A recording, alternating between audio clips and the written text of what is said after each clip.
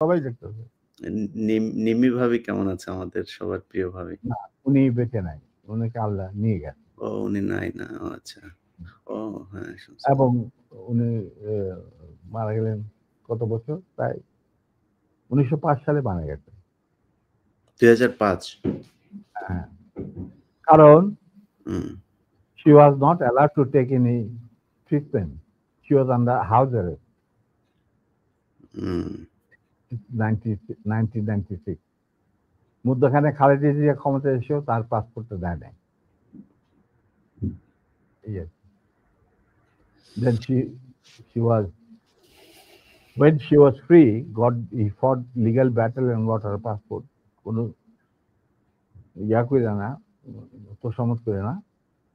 যদিও Kamal Siddiqui wanted to do that যে ম্যাডামের সাথে একবার দেখা অন্যদিন আমি ম্যাডামের সাথে দেখা করবো না।